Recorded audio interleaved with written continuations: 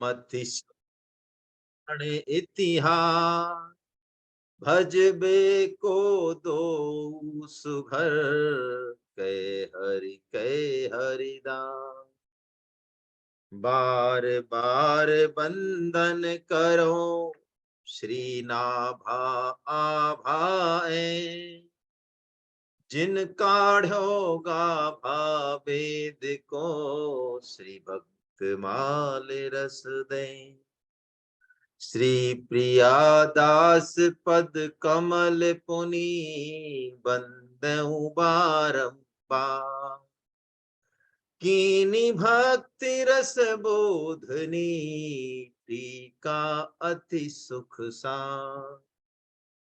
Jar Jugan में भक्त जिते, तिनके पद की धूरी।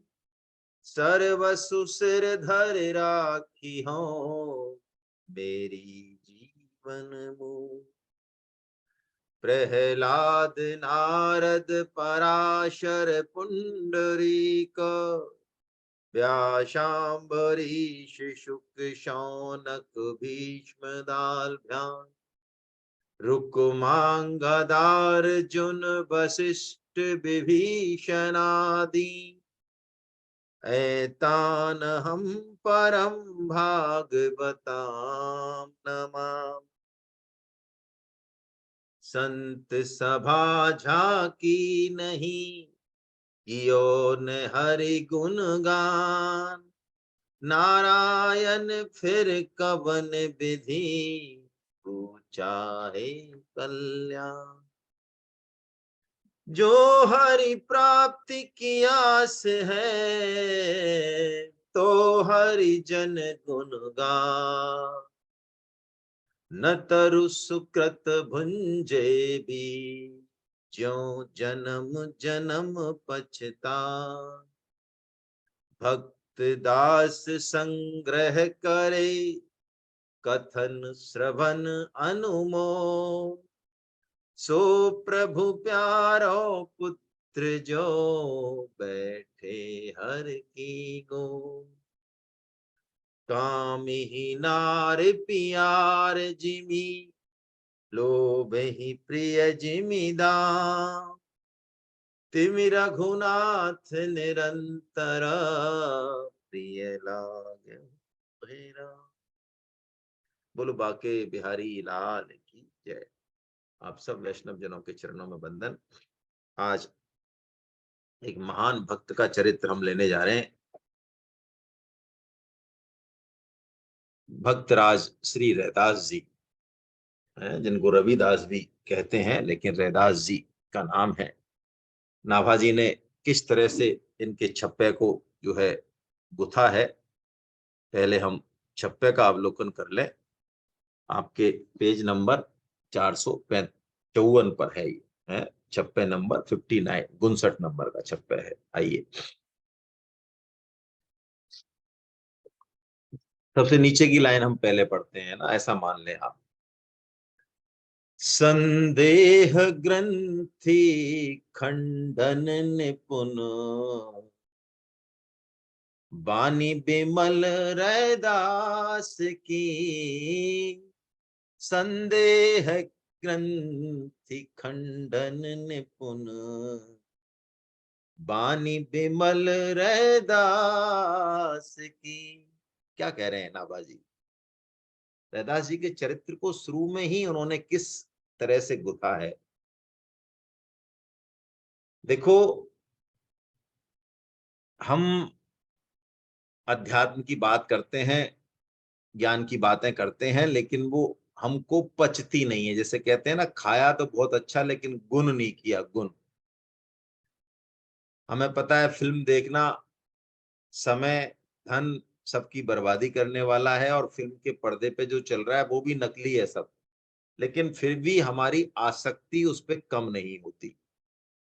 ऐसे ही शास्त्र के वचनों को हम जानते हैं, पढ़ते हैं, लेकिन मूल में जो हमारी ग्रंथि है इस शरीर के साथ, उसका खंडन नहीं होता। लेकिन शुद्ध भक्त ऐसे होते हैं, भगवान निष्ठ भक्त ऐसे होते हैं कि वो यदि कोई बात कह दे, स्वामी जी महाराज, सेठ जी महाराज जैसे कोई बात कह दें, उसको हम सुन लें, तो वो बहुत सीधा प्रभाव करती है। तो रैदास जी की वाणी ऐसी ही है। रैदास जी कौन है, कैसे जन्म हुआ, वो तो हम देखेंगे अभी, तभी है। स्वामी रामानंदाचार्य जी के शिष्य हैं ये। गुरु के दो लक्षण शास्त्रों में बताए, एक तो श्रोत्रिय हो और एक ब्रह्मनिष्ठ हो। श्रोत्रिय मतलब उसको वेद शास्त्र उपनिषद इनका ज्ञान हो। क्यों? इनका ज्ञान नहीं होगा तो शिष्य जो पूछेगा गुरुदेव से कि साहब फलाने उपनिषद में ये चीज लिखी हुई है, गीता के इस श्लोक में ये कहा है, तो उन्होंने नहीं पढ़े होंगे तो वो ठीक से उनकी शंकाओं का समाधान नहीं कर पाएंगे, है ना। शिष्य की अश्रद्धा हो सकती है, पता तो है उनको लेकिन नहीं समझ, क्योंकि उन्होंने पढ़ा नहीं है। तो श्रोत्रिय का मतलब ये है। दूसरा ब्रह्मनिष्ठ हो। ब्रह्मनिष्ठ का मतलब ज्ञान तो पूरा है, वेद शास्त्र सब रटे हुए हैं, उपनिषद रटे हुए हैं, गीता रटी हुई है, खीर पर जो है, खीर कैसी होती है और दूध कैसा होता है इस पर पीएचडी कर ली है, लेकिन वास्तव में दूध कभी चख के नहीं देखा, खीर कभी चख के देखी नहीं, ना देखी ना खाई। पीएचडी कर ली, उसके गुणधर्म सारे लिख दिए, किताब छप रही है, बिक रही है, लेकिन खुद ने ना तो खीर खाई और ना वो दूध देखा। तो ब्रह्मनिष्ठ का मतलब है गुरु को ब्रह्म का अनुभव हो, उसमें निष्ठा हो उसकी, तब जाके उसकी बातों में वजन आता है। और ऐसा कहा है शास्त्रों में कि यदि दो में से एक ही क्वालिटी हो तो कौन सी होनी चाहिए, हैं? बताइए कौन सी होनी चाहिए? यदि दो में से मान लो एक ही क्वालिटी हो तो कौन सी होनी चाहिए? तो ब्रह्मनिष्ठ होना चाहिए, है, अनुभव होना चाहिए, है ना। तो ये रैदास जी अनुभवी हैं, है ना, तभी कह रहे हैं नाभाजी इनके लिए कि संदेह ग्रंथि खंडन निपुण बानी विमल रैदास की। ऐसी है कि संदेह की जो ग्रंथि है हमारी, उसका खंडन कर देती है। आइए अब आगे पढ़ते हैं।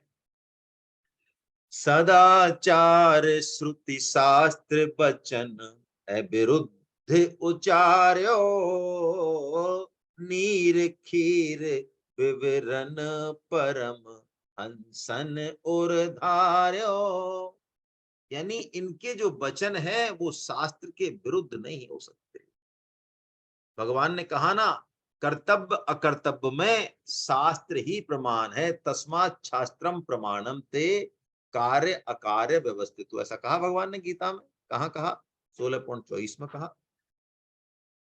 तो जो शुद्ध भक्त होते हैं, भगवान निष्ठ होते हैं, वो ऐसा नहीं कि अपनी मनमानी व्याख्या करते हैं आजकल कई, और वेद शास्त्रों की निंदा करते हैं। भक्त तो बनते हैं, ज्ञानी बनते हैं, लेकिन हमारे वेदों की, शास्त्रों की इनकी निंदा करेंगे। तो कह रहे हैं नाभाजी की सदाचार श्रुति शास्त्र वचन अविरुद्धोचार, उन्होंने वही बातें कही जो शास्त्र सम्मत है, उसके विरुद्ध बातों को नहीं कहा। क्यों? इनके पास ऐसा हंसों का सा विवेक है, हंस विवेक है इनके पास, जो नीर और खीर है, दूध को और उसको अलग अलग करने वाला विवेक इनके पास है। यानी ये जो कह दे ना, चाहे शास्त्र में इन्होंने नहीं पढ़ा हो, लेकिन शुद्ध भक्त यदि कुछ कह दे तो वो शास्त्र में मिलेगा आपको। मेरे मन में एक उदाहरण आ रहा है अचानक कि भगवान श्री राम पुष्प वाटिका में जाते हैं, फूल चुनने जाते हैं ना, तो वहां पर सीता माता के दर्शन होते हैं, क्योंकि सहेली उनको बुला लाती है सीता माता को कि चलो चलो तुम यहाँ पूजा में क्या लोगी, पूजा का फल तो वहां है, पूजा का जो सर्वोच्च फल है वो तो वहां पे सामने खड़े हैं भगवान, इसलिए तो पूजा कर रहे हैं, तो वो तो सामने वहां है, तो तुम यहाँ पूजा क्या कर रही हो। तो जैसे ही सीता जी ने देखा, तो बस देखते ही जो है उनकी नजरें झुक गई, और ऐसे ही भगवान श्री राम का भी मन खिंच गया है माता सीता को देख के।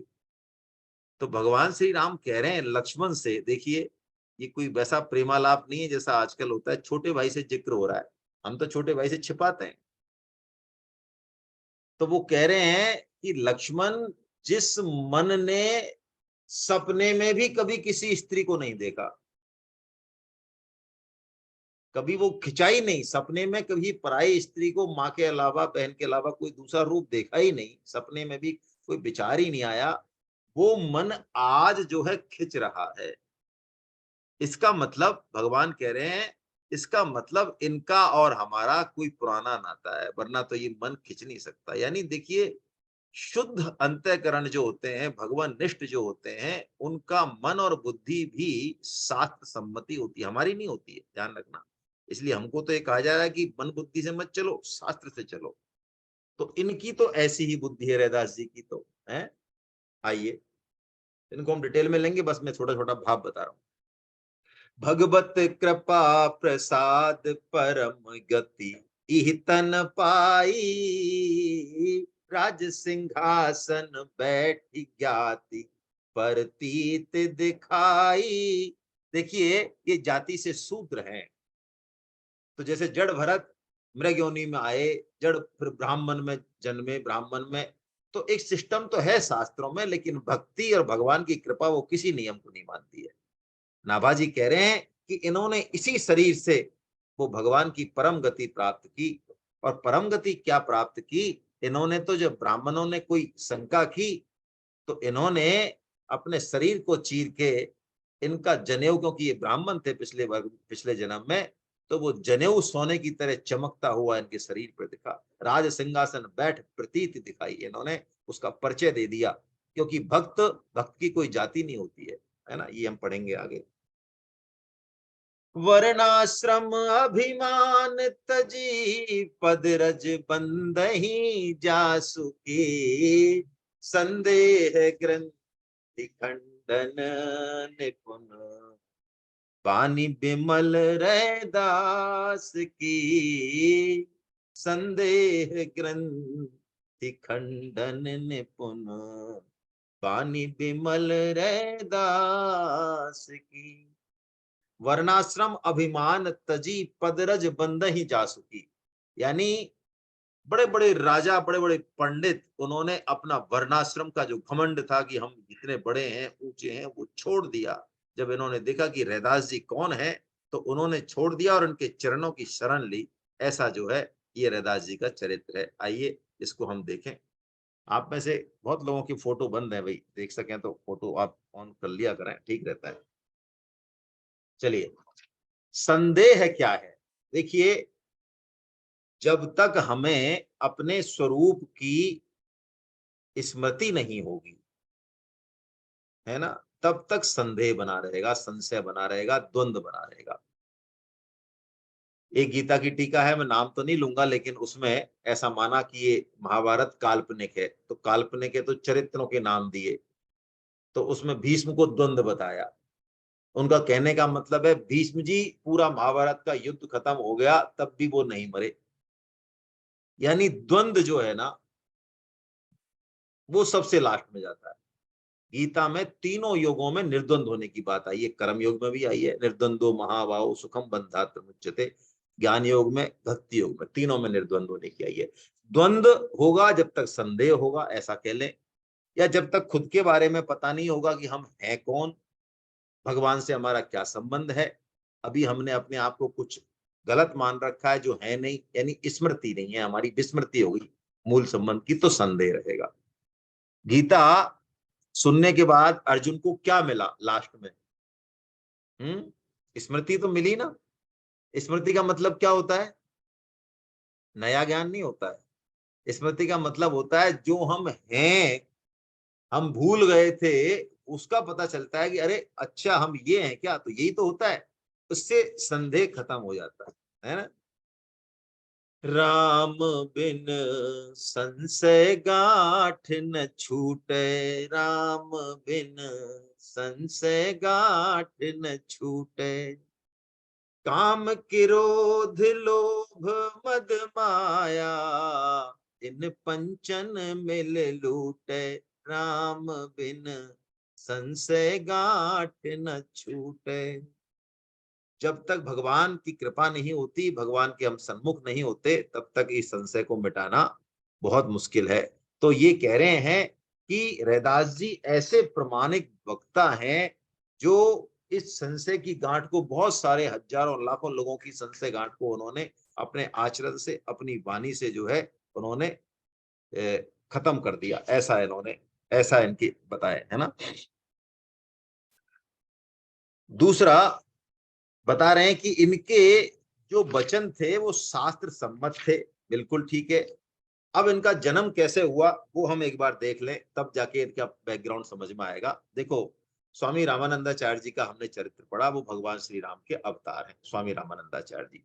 तो स्वामी रामानंदाचार्य जी महाराज के एक ब्रह्मचारी शिष्य थे, जो रोज वो उनकी निज सेवा में थे, बड़े प्रिय थे, जो रोज भिक्षा लेके आए और उन्हीं से ही जो है वो भगवान को भोग लगाए, और उसी में से जो बचता था उच्छिष्ट, वो रामानंदाचार्य जी महाराज और वो ब्रह्मचारी पाते।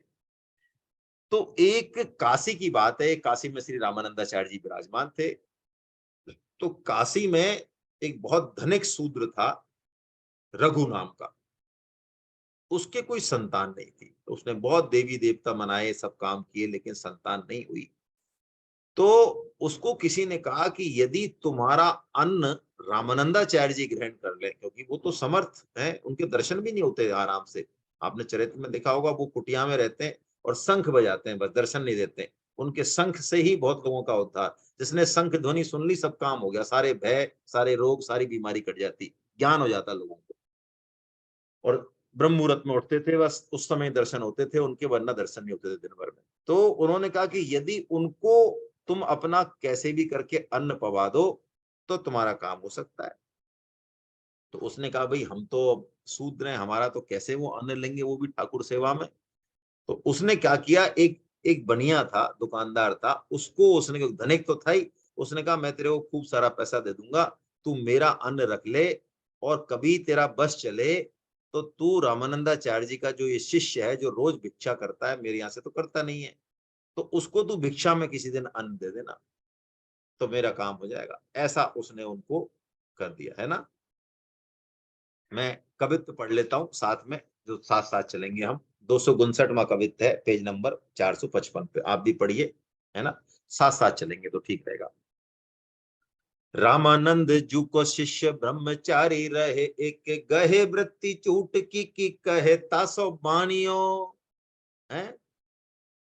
यानी वो रोज ब्रह्मचारी जाता था, तो वो बनिया की दुकान के सामने से निकलता, तो वो बनिया उसको रोज प्रार्थना करता, रोज कहता कि भाई देखो, हमारे यहाँ से भी कभी तुम ले लो, ऐसा क्या करते हो, हमसे कभी लेते ही नहीं हो आप। उन्होंने कहा, नहीं भाई, हम ऐसे नहीं लेते हैं जान पहचान वालों से, हम तो एक बार जिससे ले लेते हैं उससे दोबारा ही नहीं लेते हैं, और 5 घरों में लेते हैं बस, मधुकरी भिक्षा, 5 घरों में जैसा मिले, अच्छा बुरा मिले, उसी से ही भोग लगता है, ये नियम होता है। अच्छा, तो करो अंगीकार सीधो कही 10-20 बार, रोजाना कहता कई बार, बरस प्रबल धारता में बापी आनियो।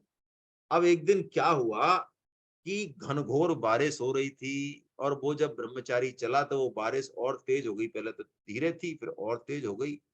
तो वो उस बारिश से बचने के लिए वो उस समय उस बनिया की दुकान के वहीं था, तो उसकी टीन के नीचे वो खड़ा हो गया, छज्जे के नीचे खड़ा हो गया, ये रुकेगी तो जाऊं मैं, है। लेकिन उस दिन ऐसा हुआ कि वो बारिश रुकी ही नहीं। तो ब्रह्मचारी ने सोचा कि भाई क्या करें, आज तो बड़ी मुश्किल हो गई, है ना, ठाकुर जी को भोग कैसे लगेगा, समय हो गया बनाने का समय। तो उसने क्या किया, और बनिया जो है पीछे लगी रहता कि महाराज अब कहाँ जाओगे, कीचड़ हो रहा है, पानी भरा है, कौन आपको भिक्षा गीली हो जाएगी, आप मेरे यहाँ से ले जाओ, मैं थैली वैली में अच्छे से पैक करके आपको दे दूंगा, बढ़िया भिक्षा, आपको कहीं जाने की जरूरत नहीं पड़ेगी। ऐसा बहला फुसला के उन्होंने जो है तो दे दी, उसने भिक्षा जो रघु ने रखी थी उसके पास, वो रख दी। क्या बात है, आज उबासी बहुत आ रही है भाई, मेरे को भी बहुत आ रही है, आप लोगों को भी बहुत आ रही है।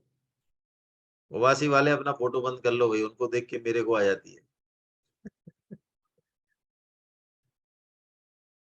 तो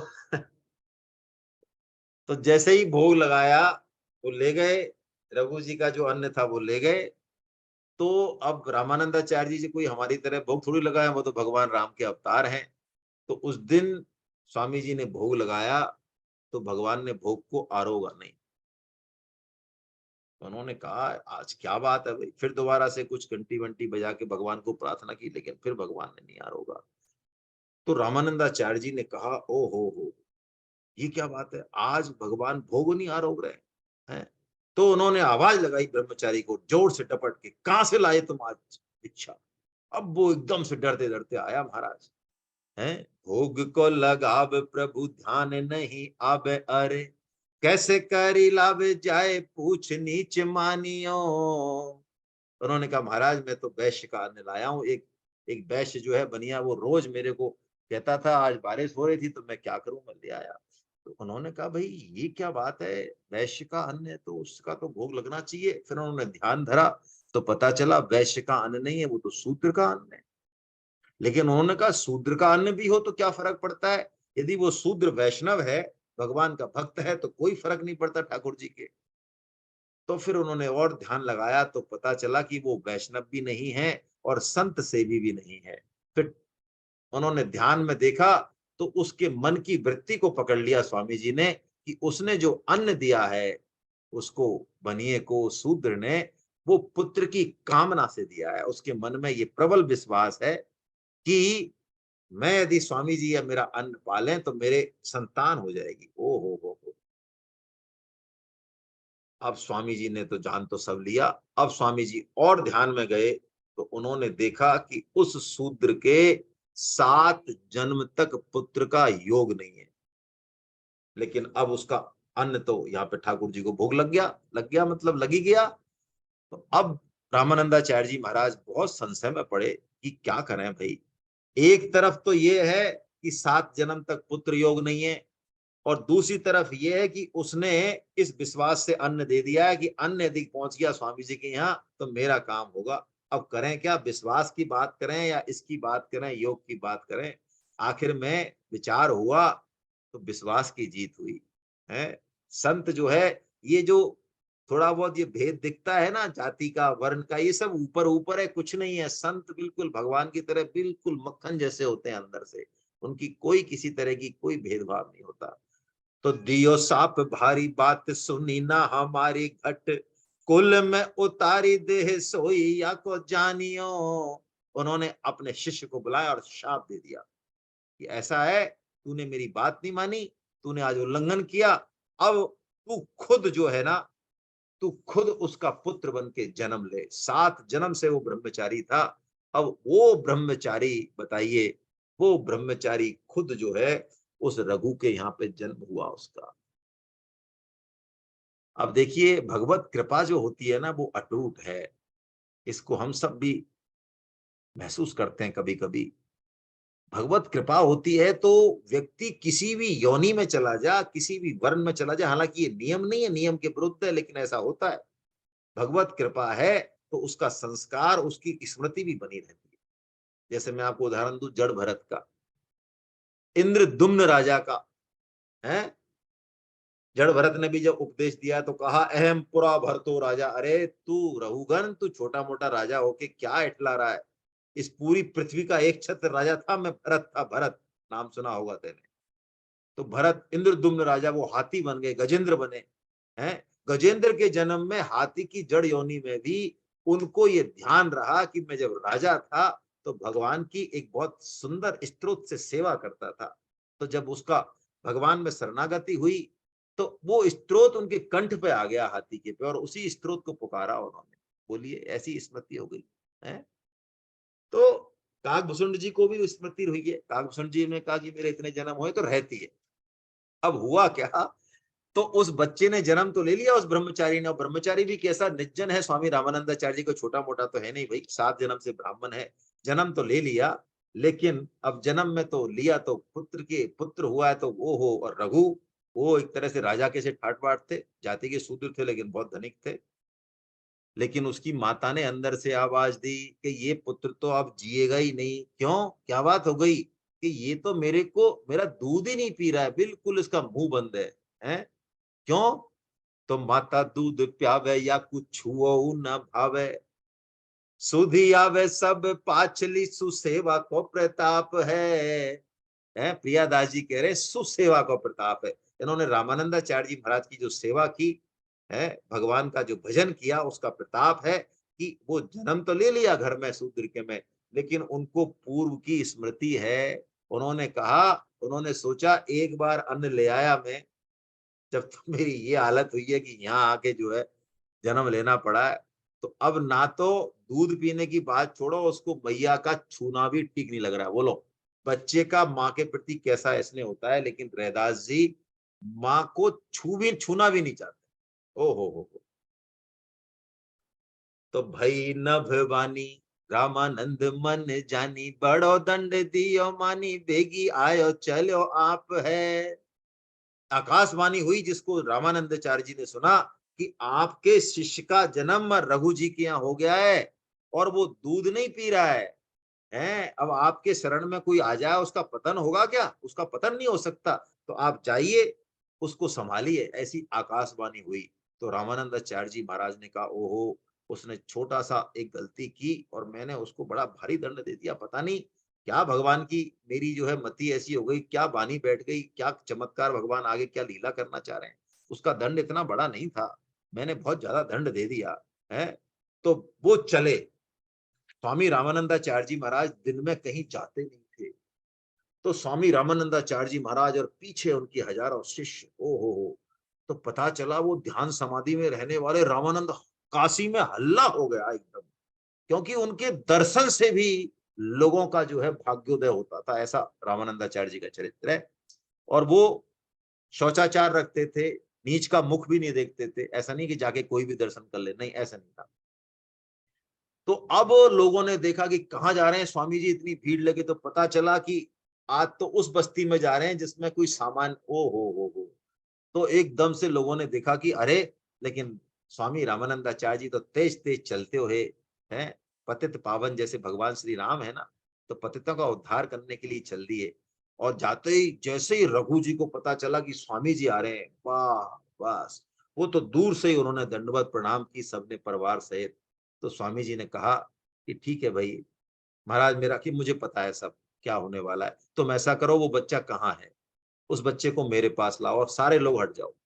कोई भी कोई भी उसकी माँ भी मेरे पास नहीं रहेगी, बस वो बच्चा रहेगा और मैं रहूंगा, क्योंकि मेरा मंत्र जो है ना, वो अकेले में काम करता है। अब ऐसा ही हुआ। तो रैदास जी जो बच्चे उसमें थे, उनको लाया गया, स्वामी जी के पास माता दे गई, उनको उनकी गोदी में दे गई। तो रैदास जी ने जैसे ही स्वामी जी का दर्शन किया, है, ये बच्चा ही है लेकिन पूर्व स्मृति है, भजन का प्रताप है, उनकी आंखें भर गई, है ना, कि महाराज बताइए, मैं आपके जो है सेवा में और भगवान की सेवा में था, और क्या मेरी दशा हो रही है इस समय, है। तो स्वामी जी ने कहा, रैदास, तुम कोई जाति वर्ण को मत मानो, और ये माता का जो दूध है ना, ये माता का दूध बच्चे का हक है, इसमें किसी तरह के पतन की संभावना नहीं है। बल्कि इस शरीर को रखने के लिए तो तुम्हें माता का दूध पीना चाहिए, और माता का विशुद्ध वात्सल्य है ये तो, इस पे तो शिशु का अधिकार है। तुम्हें जरूर पीना चाहिए, इससे तुम्हारा कोई पतन नहीं होगा, है ना।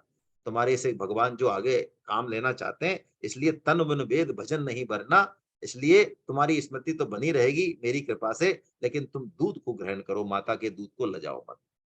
तो रैदास जी ने कहा कि महाराज देखो, अब आप इतना ध्यान रखते हो शौचाचार का, तो ऐसा है, मेरी माता वैष्णवी तो है नहीं, हमारे घर में तो सब एक तरफ से जैसे है, वो आपको पता ही है, इस घर में हमने जन्म लिया है। तो रहता वो स्वामी जी समझ गए, उन्होंने कहा अच्छा भाई ठीक है, लाओ माता को बुलाओ, माता को जो है मैं दीक्षा दे देता हूँ। स्वामी जी की दीक्षा है, बड़े बड़े राजाओं को नहीं मिलती थी, आप चरित्र में देखते हैं। तो स्वामी जी ने आगे होके बुलाया, रघु ने सुना कि दीक्षा देना चाहते हैं, तो विश्वास नहीं हुआ, उन्होंने कहा भाई जल्दी ले आओ, दीक्षा का सामान ले आओ और उनकी माता को भेजो, उनको हमको दीक्षा देनी। दीक्षा का मतलब क्या है, देखिए, दीक्षा का जो शाब्दिक अर्थ है ना, वो ये है, सिंपल भाषा में, कि ये पापों का क्षरण करता है दीक्षा, है। दीक्षा, पहले ऐसी व्यवस्था थी कि गुरु से दीक्षा ले रहे, तो गुरु की जो परंपरा है, सदगुरु की परंपरा, वो अंततः भगवान से मिलेगी, अंततः। तो जैसे ही हम दीक्षा लेते हैं, तो एक सुरक्षा चक्र बनता है, वो गुरु परंपरा गारंटी लेती है हमारी कि ये अब हमारे परिवार में शामिल हो गया, ये मतलब है दीक्षा का। तो उनको दीक्षा दी माता को, है ना, और माता को दीक्षा देने के बाद फिर रैदास जी ने जो है दूध पिया। दुखी पिता माता देखी धाय लपटाए पाए, कीजिए उपाय की और शिष्य गयो पाप है। स्तनपान कियो जियो, ऊन इसी जाने निपट, अजानी फेरी भूले भयो ताप है। तो ऐसे करके उन्होंने जो है रैदास जी ने फिर दूध पिया है ना। अब आगे क्या होता है कि रैदास जी बड़े होते हैं, लेकिन उनके संत के लक्षण तो उनके शुरू से हैं। तो जैसे वो हैं बचपन में पूत के पग पालने में दही जाते हैं ना, तो इनके पिता के पास पैसा बहुत था।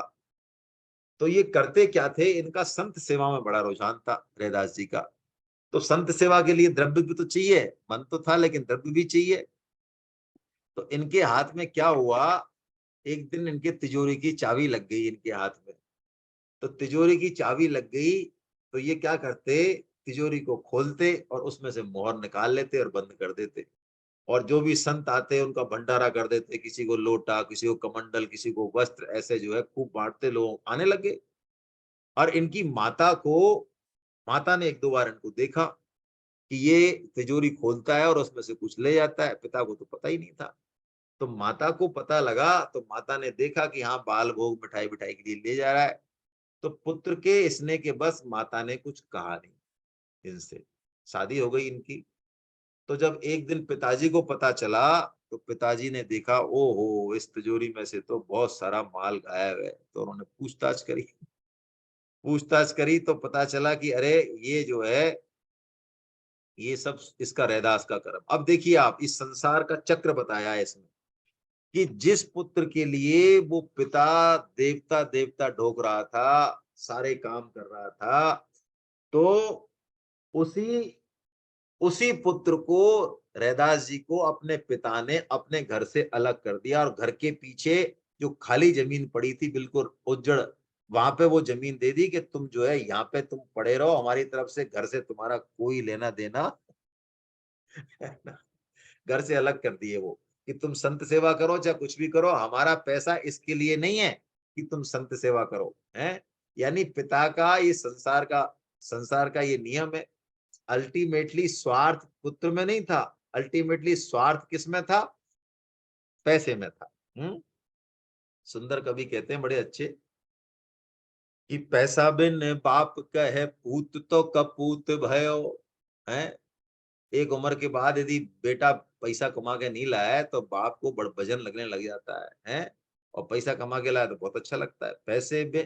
पैसा बिन बाप कहे पूत तो कपूत भयो, पैसे बिन भाई कहे जी को दुखदाई है। आप पैसे नहीं कमाओ और किसी भाई के पास रहो मान लो, तो ज्यादा जो है आपकी साल दो साल से साल 6 महीने के बाद मामला गड़बड़ है, ज्यादा झेला नहीं जाएगा मामला। और पैसे आप कमा रहे हो तो खूब सबकी। और पैसे बिन यार कहे मेरो ये यार नहीं, पैसे बिन ससुर कहे कौन को जमाई है। बिना पैसे के उसको ना यार अपना यार मान रहे हैं, सर्किल में एंट्री नहीं है। और ससुर के यहाँ भी भेद है, यदि कोई अच्छे पैसे वाला जमाई है, उससे उसका स्वार्थ सध रहा है ससुराल का, है ना, बढ़िया बिजनेस चल रहा है उसके उससे, तो उसकी इज्जत ज्यादा है। पैसे बिन बंदे की प्रतीति नहीं पंचन में, पैसे बिन आए घर रोए रोटी खाई है। यानी पैसे के बिना उसकी समाज में कहीं इज्जत नहीं है, कहने का मतलब यही है। तो उनको अलग कर दिया। लेकिन देखिए रैदास जी का भाव देखिए आप, रैदास जी खुश हो गए, उल्टे एकदम प्रसन्न हो गए अपनी पत्नी के साथ अलग। जैसे उनको जमीन दी, झाड़ू पोंछा किया, थोड़ा साफ वाफ किया उन्होंने, और एक झोंपड़ी बनाई। किसके लिए बनाई झोंपड़ी, आप सोचोगे। झोंपड़ी बनाई उन्होंने ठाकुर जी के लिए, क्योंककि ठाकुर सेवा करनी है। खुद तो वो झोंपड़ी में रहते ही नहीं थे, खुद तो वो चौड़े में रहते हैं। आइए पढ़ते हैं हम कवित्त 261वें नंबर का, पेज नंबर 456 पे। बड़े ही रैदास हरिदासन सो प्रीति करी, पिता ने सुहाई दई और पिछवा रही। पीछे उनको जगह दे दी, यहाँ रहोगे।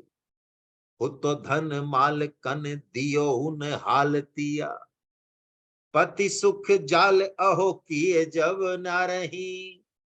इतना पैसा था पिता के पास, लेकिन उनको एक छदाम नहीं दिया। वो और उनकी पत्नी, वो बड़े खुश हुए इससे, बड़ा सुख हुआ। उसकी उनकी स्त्री भी ऐसी थी, भक्त थी, उसको भी बड़ा सुख हुआ कि चलो बढ़िया है, भगवान पैसा नहीं दिया पिताजी ने, कोई बात नहीं, जंजाल से छूटे हम भैया, है ना, बड़ा खुश हुआ। तो गाठे पग दासी, देखिए रैदास जी की भाव देखिए आप, हैं, गाठे पग दासी कहूँ बात न प्रकाशी, लावे खाल करें जूती साधु संत को संभारही। अब रैदास जी अपना जो मूल काम था, है, चरमकार का, संतों की दात पगदासी यानी संतों के जूते गांठ रहे हैं, संतों को पहना रहे हैं, ला रहे हैं, और जो कुछ मिलता बस मजदूरी से कोई प्राप्त होता धन किसी को दे देते, उसी को अतिथियों में बांटते और उसी से ठाकुर सेवा करते कोई, और बड़े मस्त रहते।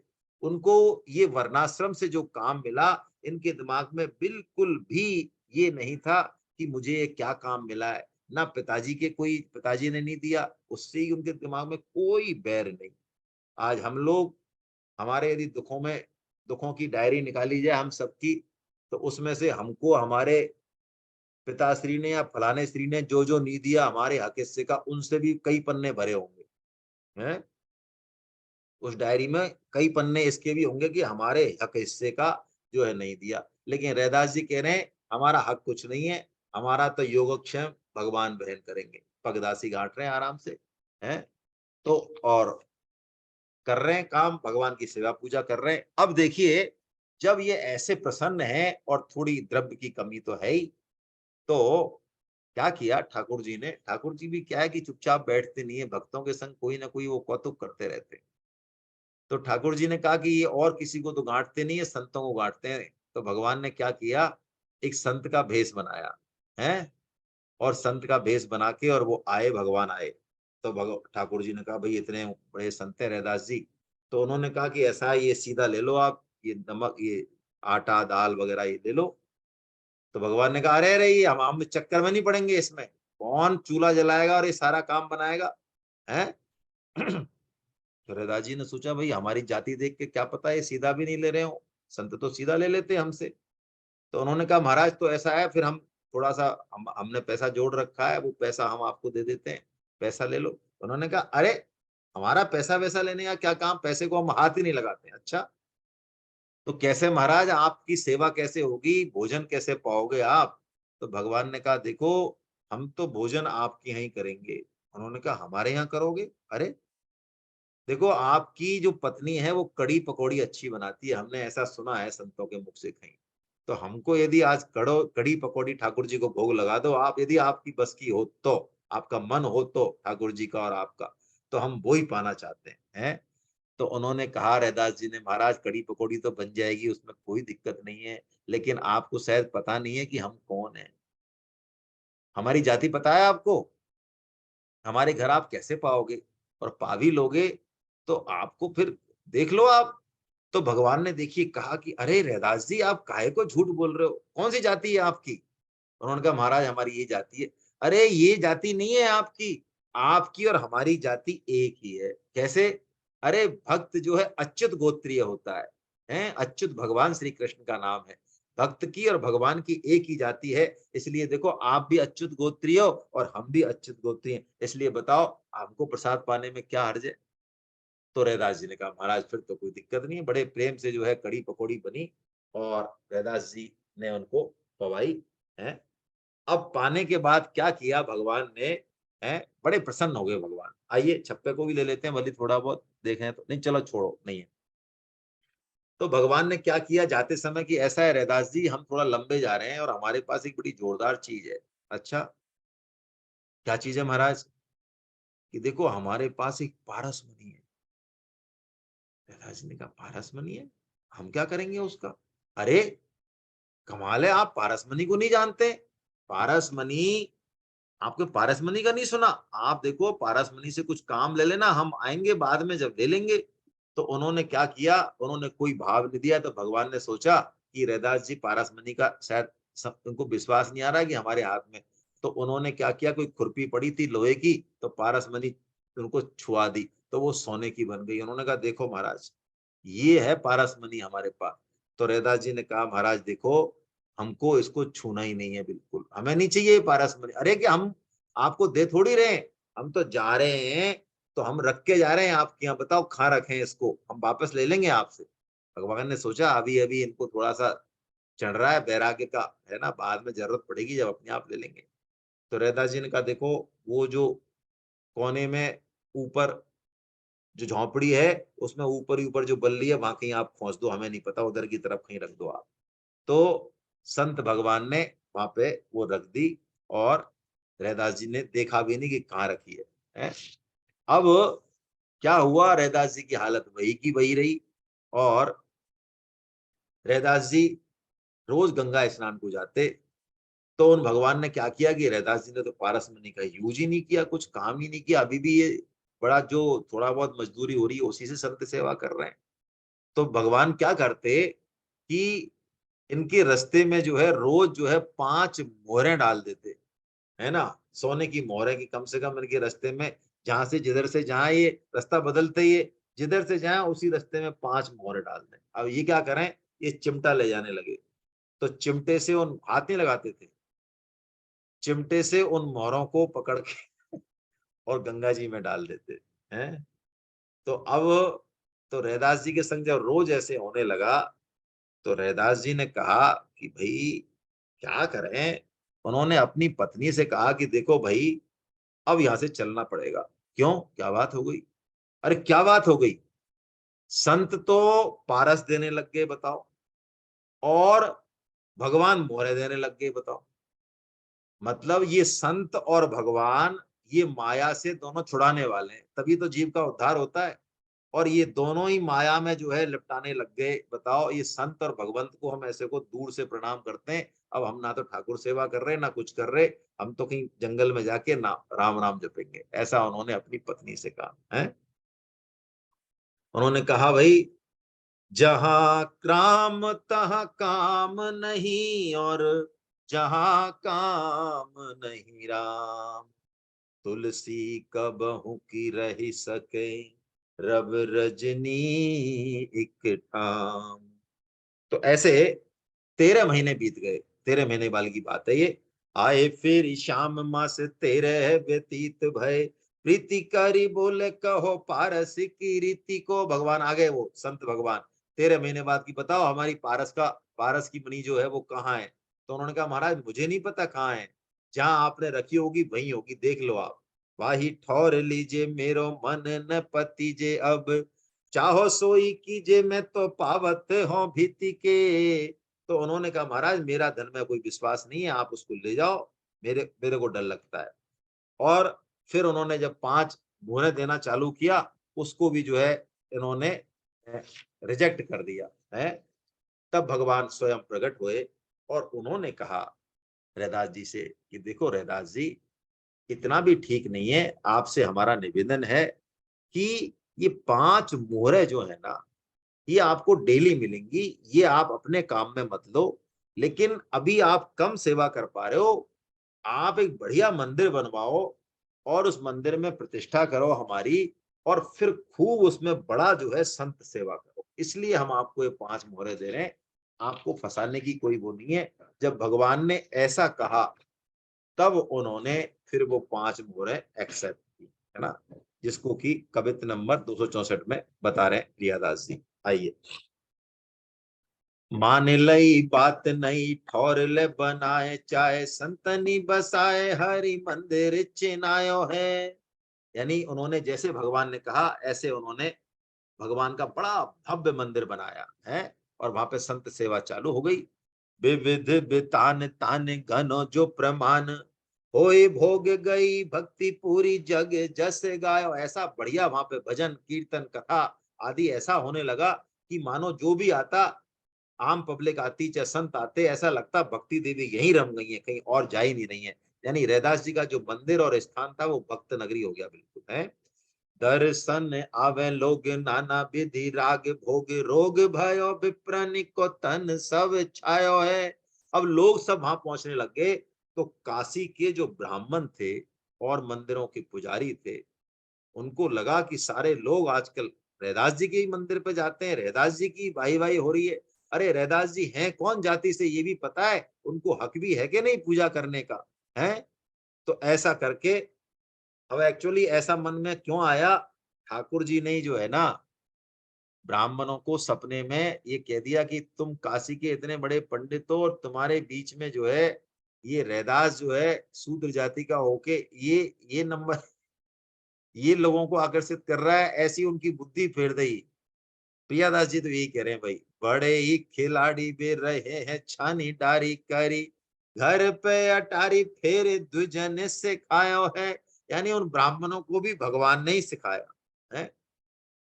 रैदास जी के मंदिर की प्रतिष्ठा, मंदिर का निर्माण भी भगवान ने कराया, भगवान के पार्षद आए और अब मंदिर बढ़िया चलने लग गया, प्रचार का काम बढ़िया हो गया। तो उसमें देखो अब भगवान ब्राह्मणों को सिखा रहे हैं। क्यों? बहुत गहरा मतलब है इसका। क्या मतलब है? एक तो भगवान कौतुकी है, कौतुकी यानी कुछ ने भक्तों के साथ खेल करते हैं, है ना।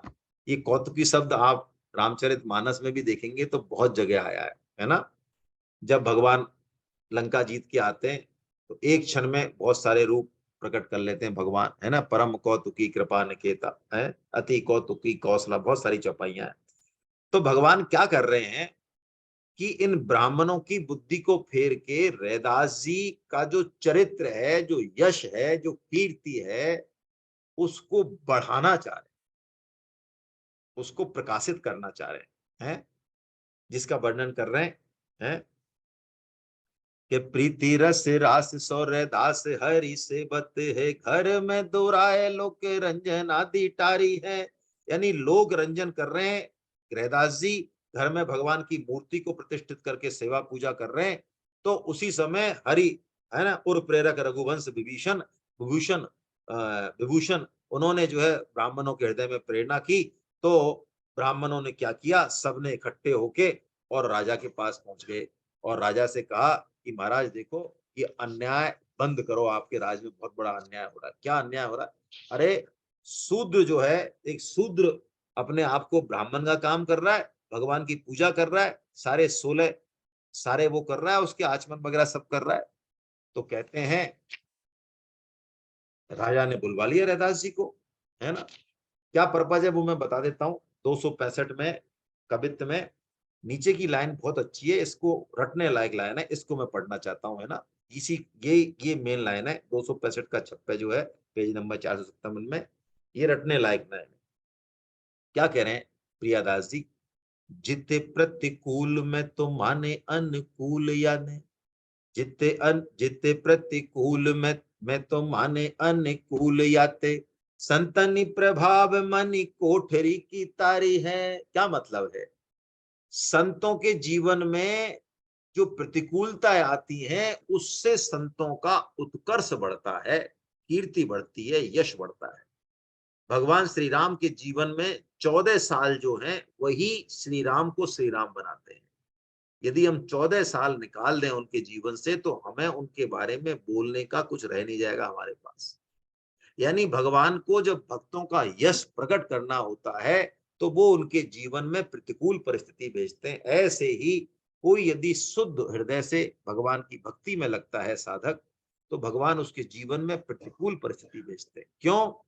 प्रतिकूलता जो वर्षों तक साधन करने से कुछ नहीं होता, वो कह रहे हैं उस ताले को जो भगवत प्राप्ति कराने वाला है, ये प्रतिकूलता फटाफट खोल देती है। तो ऐसे ही रैदास जी के जीवन में भगवान ने प्रतिकूल परिस्थिति भेजी है।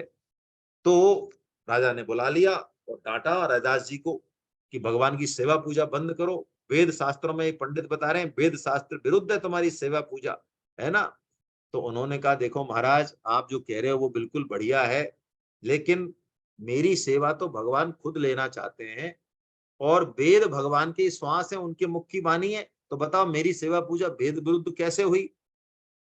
तो राजा ने पूछा कि तुम्हारी सेवा भगवान को प्रिय है, ये हम कैसे मान लें? वेदों की बात तो मान सकते हैं, सामने पंडितों ने दिखाए हमको वेद, तुम्हारी बात कैसे मान लें कि भगवान को तुम्हारी सेवा प्रिय है? तो रैदास जी ने कहा महाराज ऐसा करो, आप परीक्षा ले लो फिर, हैं। हमारे ठाकुर जी को हम हम यहाँ ले आते हैं और ठाकुर जी को हम सिंहासन पर विराजमान कर देते हैं और एक तरफ ये ब्राह्मण हो जाए और एक तरफ हम हो जाए। ठाकुर जी को ये भी बुलाएं और हम भी बुलाएं और ठाकुर जी जिधर चले जाएं मान लो और अपने अपना इशारा कर दें, अपनी बात बता दें, उसी बात को आप मान लेना। क्योंकि रैदास जी को ये दृढ़ विश्वास था कि जैसे ऋषियों के आश्रम को छोड़कर भगवान जो है निषाद राज के पास गए, वहां सोए और कहीं नहीं, सबरी के घर पे गए, तो ये मेरे यहाँ भी अवश्य आएंगे, ऐसा उनको विश्वास था। तो राजा को आइडिया पसंद आ गया। राजा ने कहा ये बात बिल्कुल सही है भाई। तो बुला लिए साहब, ठाकुर जी पधरा दिए बीच में। अब ब्राह्मण, उनका पहला हक हमारा है ठाकुर जी को बुलाने का। उन्होंने कहा नहीं, पहले बाजी अपन मार लेते हैं। तो बाकायदा कुशासन वगैरह बिछाया, बढ़िया से आचमन के लिए जल वगैरह लिया, और ब्राह्मण लगे भगवान की स्तुति करने, कभी कोई सा मंत्र, कभी कोई सा मंत्र है, हप जवन यज्ञ सब करें, वेद मंत्र पढ़ें। लेकिन ठाकुर जी बिल्कुल टस से मस नहीं हुए, ऐसे बैठे रहे बिल्कुल, है जैसे हमारे बैठे रहते हैं, जड़ विग्रह मानते हैं ना हम, अर्च विग्रह। तो ऐसे की ऐसे ही बैठे रहे। अब रैदास जी को कहना पड़ा, उनको जब बिल्कुल कंठ सूख गए उनके चिल्लाते चिल्लाते, तो क्या करें, अब रैदास जी का नंबर लेना ही पड़ेगा। तो रैदास जी को कहा राजा ने कि भाई आपका नंबर है अब, है। तो रैदास जी ने जो पद गाया है, वो पद हम गा लेते हैं 2 मिनट में, है। हे हरि आबहु बेगी हमारे, हे हरि आबहु बेगी हमारे, जैसे आए द्रुपद सुता के, गज के काज सिधारे, हे हरि आबहु बेगी हमारे।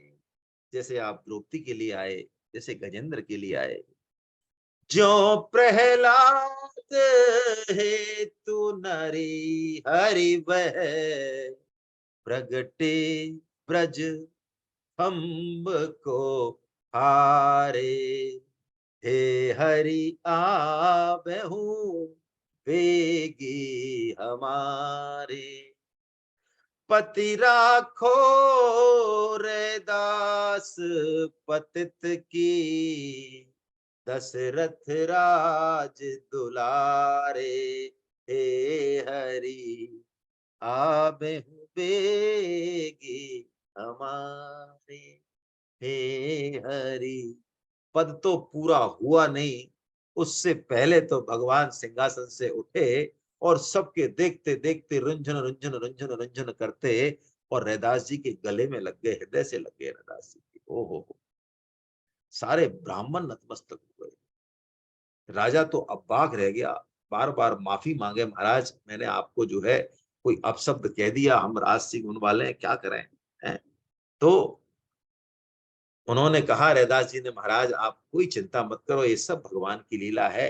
ये जो प्रतिकूल परिस्थितियां है ना, ये अरे हम संत भी क्या करते हैं, हम भी कई बार प्रमाद कर बैठते हैं, हमको भी याद नहीं रहता कि हम क्या गलती कर बैठते हैं।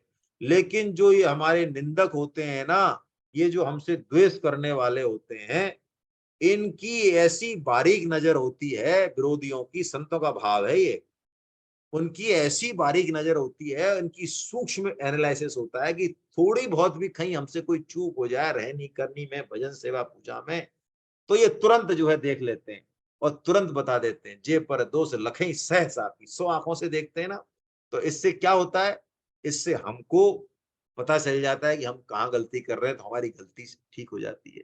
तो महाराज ये तो बहुत बड़ी, और नहीं तो गलती नहीं मिलती है तो ये क्या करते हैं, ये बैठ के कहीं बैठ के और संतों की बुराई करते हैं, निंदा करते हैं। अरे ये सब ऐसे ही दिखाने का है, फलाना ये ऐसे ही करता रहता है, ये सबको ज्ञान देता है, फलाना है ठिकाना है, इसके जीवन में कुछ नहीं है, फलाना। तो उस संत निंदा से क्या होता है कि उनके जो पहले के पाप कर्म हैं, वो पाप कर्म भी हमारे साफ हो जाते हैं, यानी ठाकुर जी उनको उलर कर रहे हैं। इसलिए महाराज आपको और ब्राह्मणों को मेरा दंडवत है। क्यों? 4 उपाधि दी उन्होंने निंदकों को, विरोधियों को, रैदास जी ने, कि तुम तो हमारे शोध करता हो, हैं? शोधकर्ता मतलब जितनी जानकारी हमारे बारे में आपको, हमारे भक्तों को नहीं हो, कह तो इतनी जानकारी रहती है। हाँ, निंदा करने वालों को मसाला चाहिए ना, कब उठते हैं, कहाँ जाते हैं, किससे कैसे बात करते हैं। तो शोध करता हो और शुद्धि करता हो, हमारी शुद्धि करते हो ना आप। अरे यहाँ तक कहा है, क्या कहें, निंदकों को, कबीरदास जी का जब पद आएगा तब ये शब्द आएगा, निंदकों को माता से भी ज्यादा जो है भाव को अपना कल्याण करने वाला कहा है कबीर जी ने। क्यों? तो कबीर जी से पूछा, ऐसा आप क्यों कह रहे हो, निंदक माता से ज्यादा ऊपर कैसे है? तो कबीर जी ने कहा कि माता तो हाथों से मल साफ करती है, लेकिन निंदक पाप रूपी मल को जीभ से साफ करते हैं। बोलो माता से बड़े हुए कि नहीं हुए? हैं, इतना बड़ा एहसान माना है कबीर जी ने। हैं, तो शुद्धि करता हो और सिद्ध करता हो हमारा। अरे हम आप यदि नहीं हो तो हमको सिद्धि नहीं मिले, हम पहुंचे नहीं वहां पे, और सिद्ध होने के बाद आप प्रसिद्ध करता हो, हमारा जो यश फैलता है चारों तरफ, ये बिना उसके नहीं फैलता है। तो इसलिए आपको हमारा प्रणाम है, हमें आपसे कोई दिक्कत नहीं है, बल्कि आप यदि प्रतिकूल रहते हैं ऐसे लोग तो हमारी तो बल्कि बढ़िया ही है, हमारे तो बढ़िया है? ऐसा कह के उन्होंने जो है हरिदास जी ने इस चैप्टर को किया। और फिर अपने, अब शेष चरित्र हम कल लेंगे, है ना, क्योंकि बड़ा चरित्र पूरा होगा नहीं, जल्दीबाजी होगी। कल लेंगे हम शेष चरित्र कि अभी भी ब्राह्मण मानेंगे नहीं, फिर उद्यम करेंगे, भगवान फिर उनको जो है प्रेरणा देंगे, तो क्या देंगे, जाली की रानी का चरित्र है, और भी चरित्र है, कल लेते हैं, है ना। चलिए, हरे कृष्णा हरे कृष्णा। आप एक मन में, किसी के मन में कोई बात हो, एक तो, हाँ कल तो क्लास होगी नहीं शायद, तो अगली बार ही हो पाएगा ये चरित्र भाई, कल नहीं हो पाएगी क्लास। एक तो बच्चों के जो रजिस्ट्रेशन है बहुत बढ़िया है ना, करीब 15 एक रजिस्ट्रेशन हो चुके हैं, लेकिन और आप थोड़ा सा जो है उसको बढ़ाएं, स्पीड को, अपने बच्चों को कन्विंस करें 2-4 दिन में और रजिस्ट्रेशन कराएं, है ना, रजिस्ट्रेशन कराएं। और जयपुर की जो सेमिनार है उसमें भी भेजें, प्रचार के मौके हैं आपके, देखिए पुस्तकों से प्रचार कर सकते हैं आप, सेमिनार में भेज के प्रचार कर सकते हैं। अब 2-3 महीने और प्रचार का कोई तरीका नहीं है हमारे पास, क्योंकि रजिस्ट्रेशन तो बाद में चालू होंगे, है ना। और कुछ बताना चाहें महावीर जी, बताएं। कृष्णा सर, हरे कृष्णा। हमारा जो वृंदावन में सेमिनार है सर, हाँ, 13, 14, वृंदावन की 15। सेमिनार में आप अभी अभी अभी 10 एक सीट बचनी है, आप चल सकते हैं भाई, कोई चलना चाहे तो, है ना, कोई भी चलना चाहे, किसी को कहना चाहे तो कह सकते हैं, है ना। वृंदावन की सेमिनार भी है, सेमिनार 2-3-4। और जयपुर की 2-3-4 जून को है, और 5 मई को सत्संग भी है ना। सत्संग में भजन कीर्तन, है ना, और भी चीजें होती हैं, प्रसादी होती है ना, उसमें किसी तरह का कोई शुल्क नहीं होता है, तो सत्संग में भी आना चाहिए, परिवार सहित आना चाहिए। आप सत्संग में भी पधारें, 5 मई को शाम को 5 बजे होगा, आपको सूचना कर देंगे हम लोग, है ना, आप जुड़े हुए हैं ग्रुप से, उसमें भी पधारें, और उसमें नए लोगों को लाएं। प्रचार का एक अच्छा तरीका ये है कि जो लोग हमारे से कन्विंस नहीं हो रहे हैं, उनको हम येन केन प्रकारेण गीता क्लास में या सत्संग में ले जाएं या सेमिनार में ले जाएं। अपने आप भगवान की वाणी उनके माइंड को मेकअप करती है, खुद बहुत ज्यादा कोशिश मतलब नहीं करें। कई बार हम गीता की इतनी बातें बता देते हैं, इस तरह से बता देते हैं कि सामने वाला कई बार बल्कि डेविएट हो जाता है। बेहतर यही है प्रचार का कि उनको, दिल्ली वाले ऑनलाइन किस में जुड़ सकते हैं, सत्संग में? नहीं, सत्संग में ऑनलाइन का कोई ऐसा है नहीं, है ना। तो अच्छा तरीका यही है कि आप क्लास में लिए, इसी क्लास में आप बिठा दें, गीता की किसी क्लास में बिठा दें, सत्संग में बिठा दें, सेमिनार में ले जाएं, ऐसा करें, प्रचार हम करें। सकते हैं। हाँ, विवेचन सत्र में बैठा दें। आपसे सबसे निवेदन यही है, प्रचार हम अपनी क्षमता अनुसार अवश्य करें, है ना, ये बहुत जरूरी काम है। चलिए साहब, और किसी के मन में कोई बात? नहीं तो हम लोग, समय हो गया।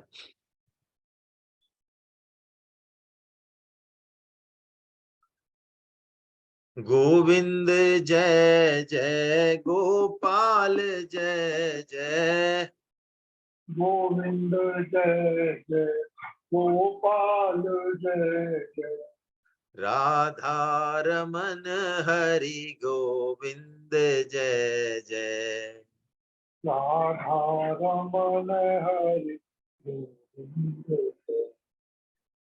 गोविंद जय जय गोपाल जय जय, गोविंद जय जय गोपाल जय जय। राधा रमन हरि गोविंद जय जय। राधा रमन हरि गोविंद जय। श्री राधा रमण हरि गोविंद जय जय। श्री राधा रमन हरि गोविंद जय जय। नाम संकीर्तनम यस्य नाम संकीर्तनम यस्य सर्व पाप प्रणाशनम सर्व पाप प्रणाशनम प्रणामो दुःख समनस्तम नमामि हरिं परम।